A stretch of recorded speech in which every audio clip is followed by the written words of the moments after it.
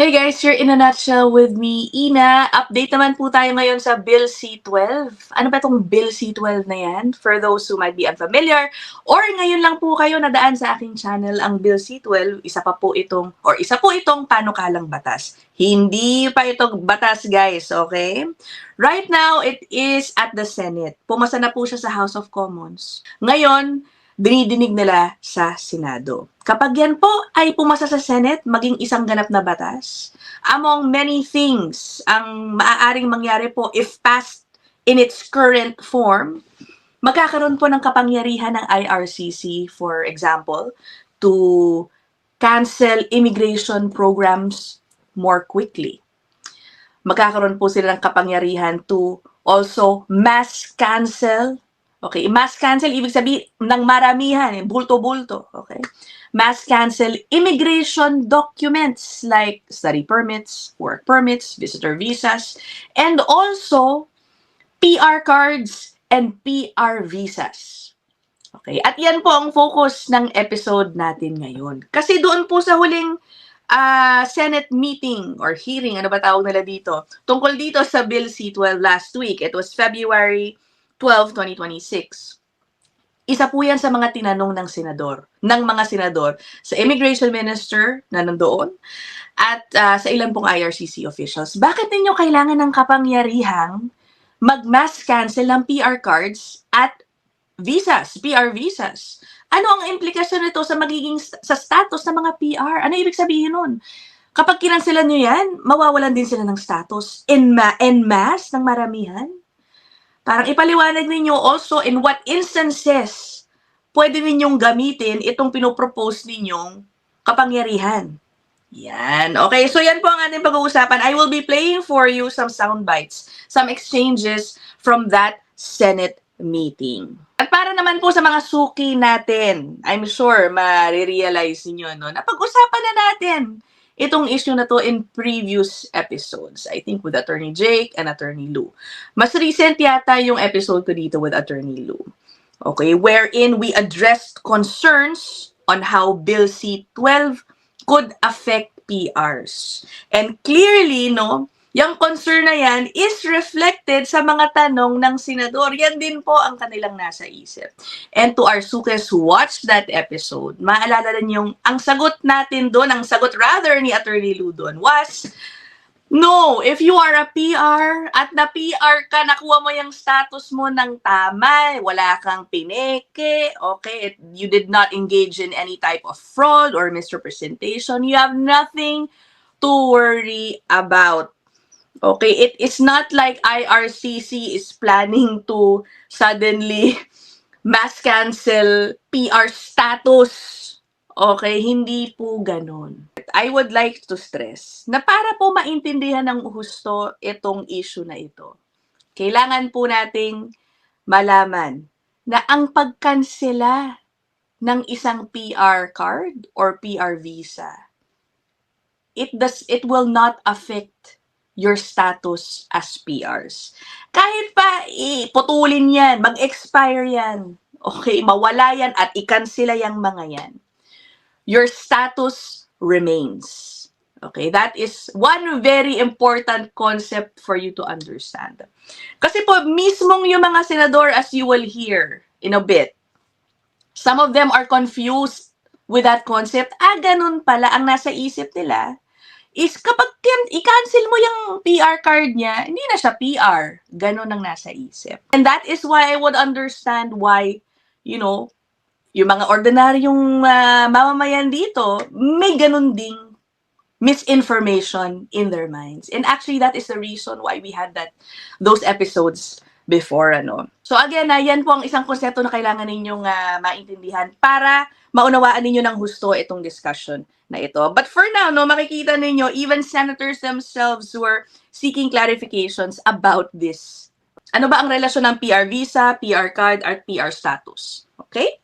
Can you please clarify or explain the position that cancelling a visa or permit does not affect someone's residency or status? So I'm going to briefly explain that. I will also say we have prepared a written response to that because we gave an undertaking at the other committee, and we have that, and I'm going to let her after I say a couple of things, just one thing on that, and that is I want to clarify the difference between, and I needed to get that clarification myself too, between a permanent resident status and a permanent resident visa. When we talk about student visa, work visa, visitor visa, they're all called temporary resident visa. But there's also something called permanent resident visa. And those are visas for people that apply to come who have not yet come into the country. That's what we're talking about here.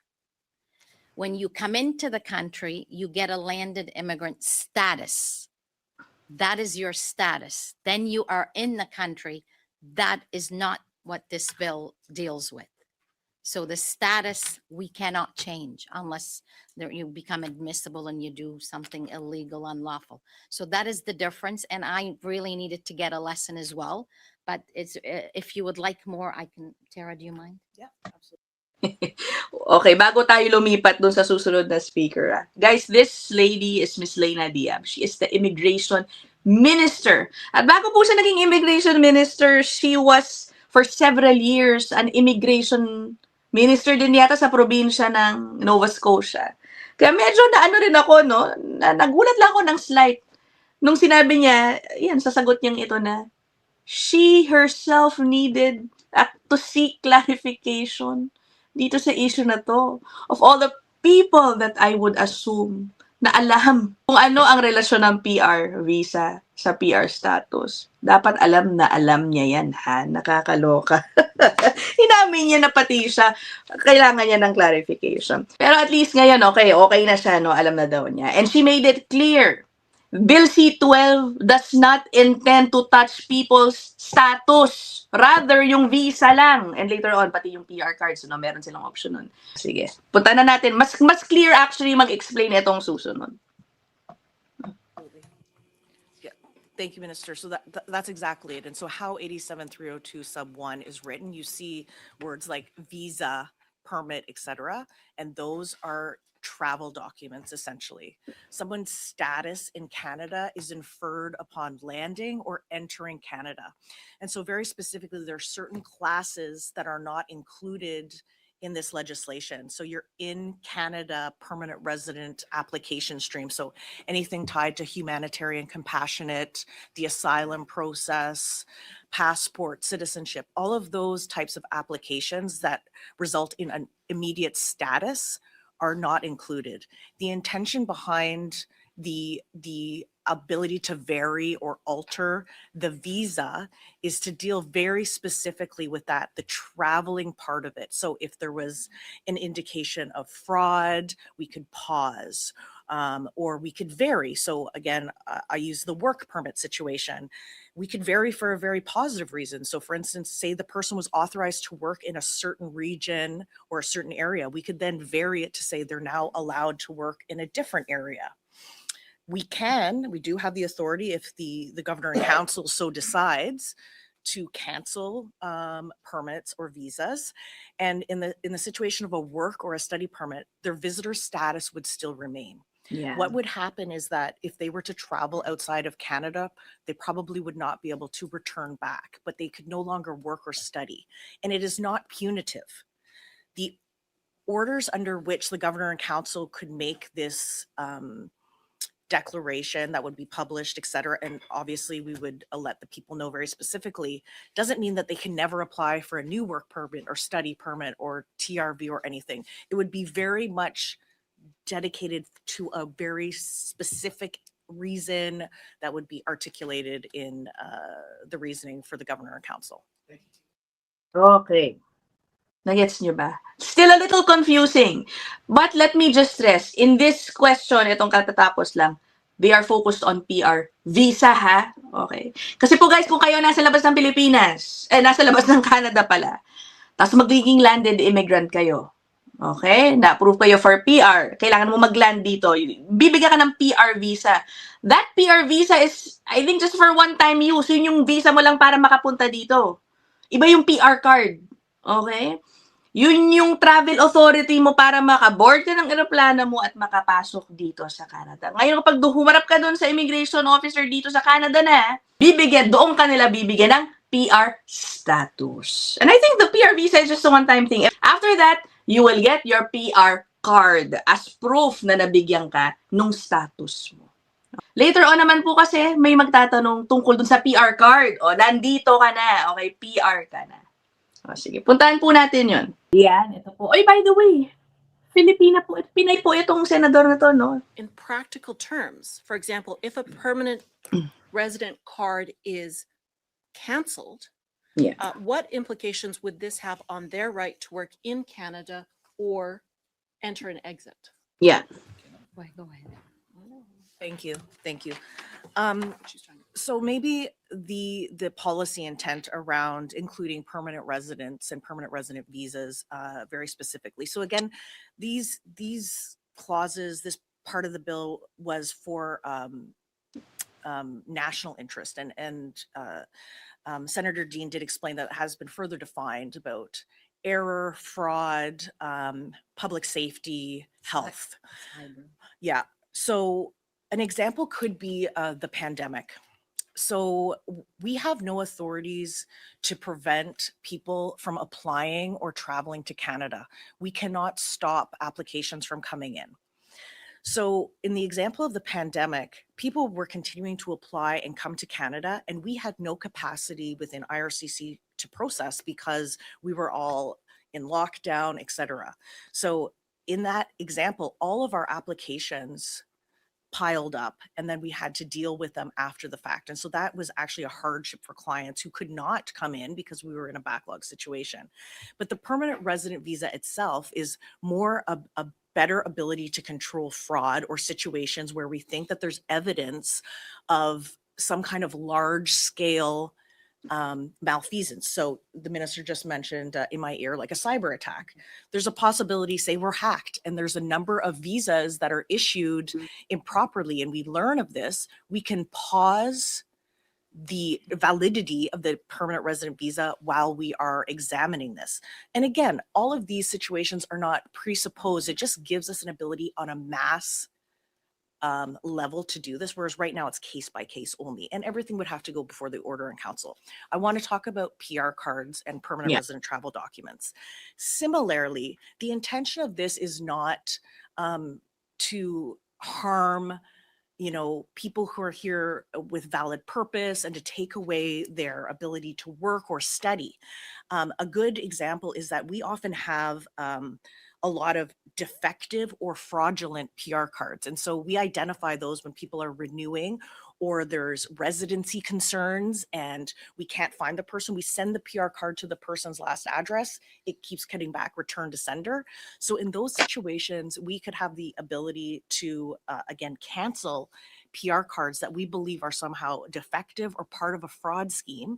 And yes, you're absolutely right. They could have an impact on their ability to work, etc.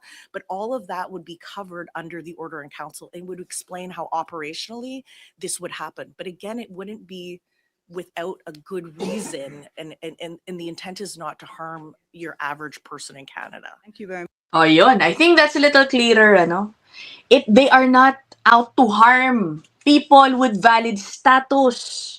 Ang hinahabol lang nila, yung mga na-issuing cards na may some type of defect or issued fraudulently. Meron pang binanggit, hindi ko alam kung nabanggit na sa next soundbite na i-replay ko. May sinasabi sila na halimbawa, magkaroon ng cyber attack sa sistema ng IRCC. Mag-automatic, lahat to, bibigyan ko ng PR visa o PR card, yung mga ganyan.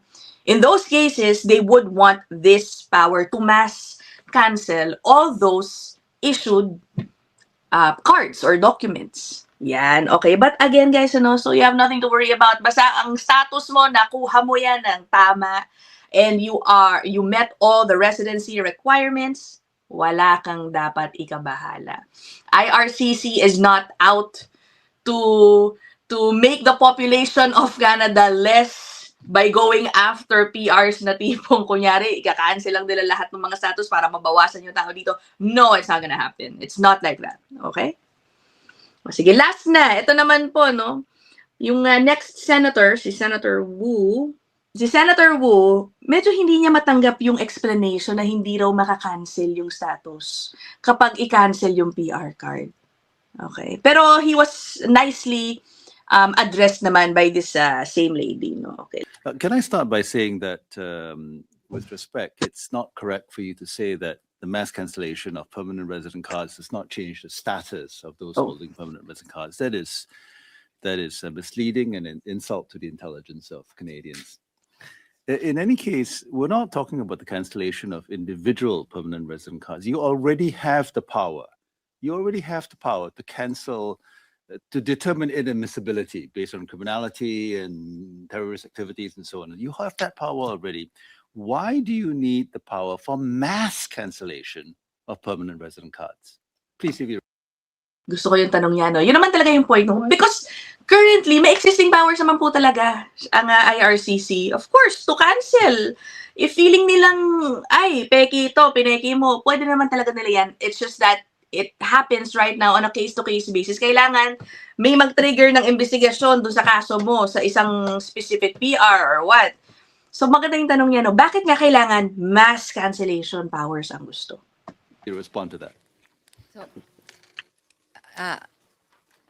again, I'm going to go back to COVID.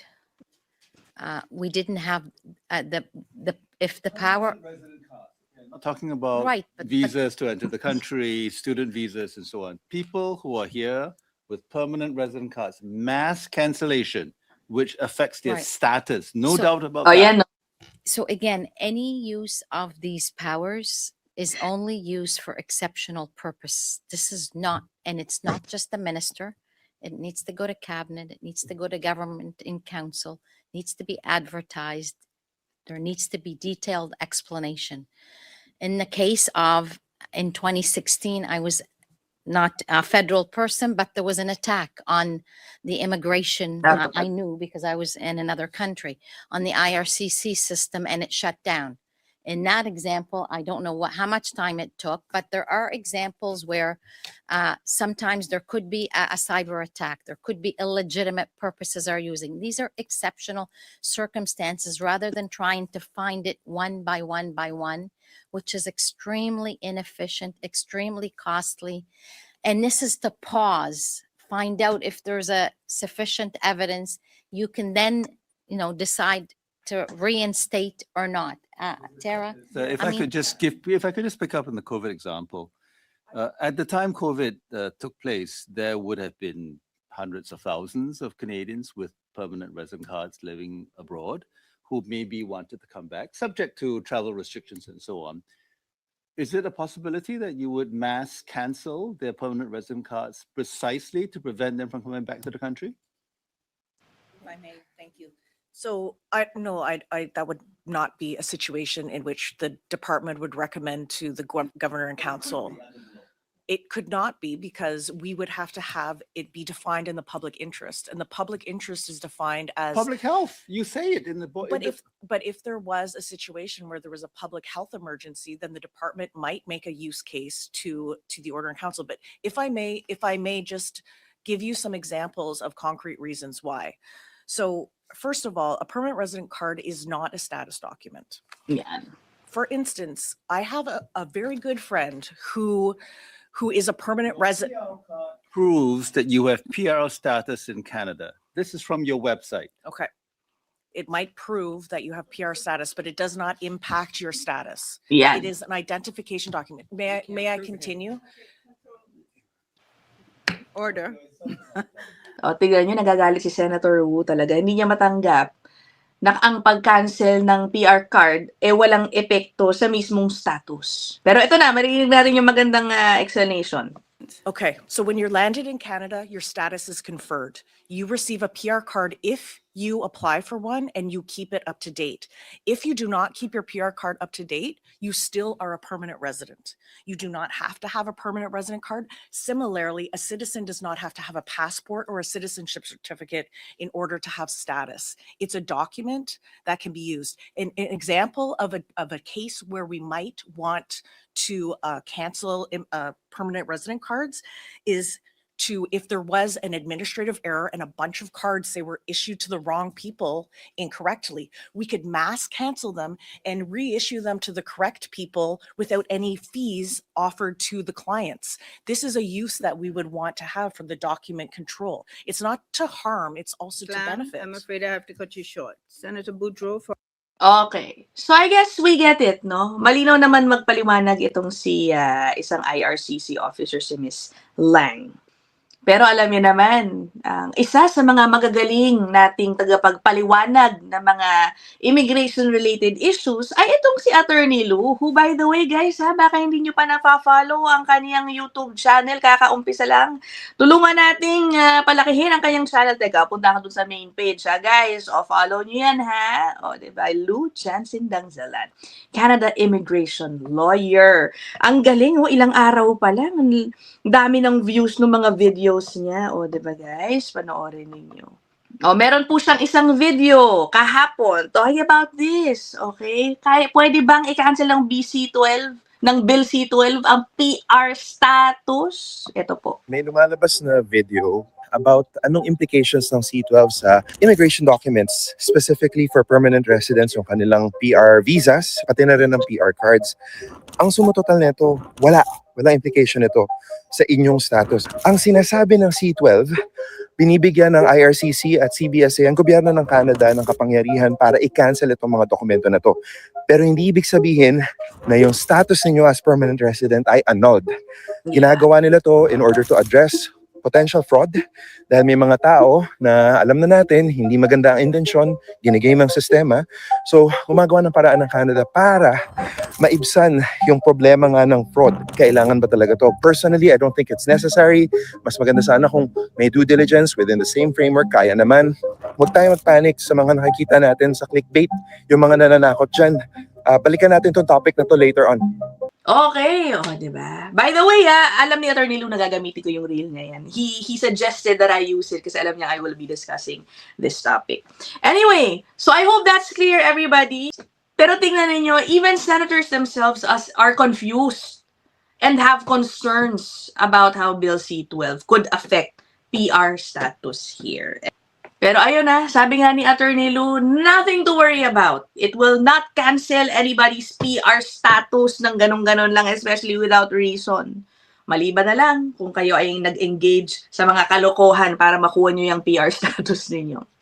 So that is it. Let me know your thoughts in the comment section. I'll end this episode here. See you guys in the next one. Bye!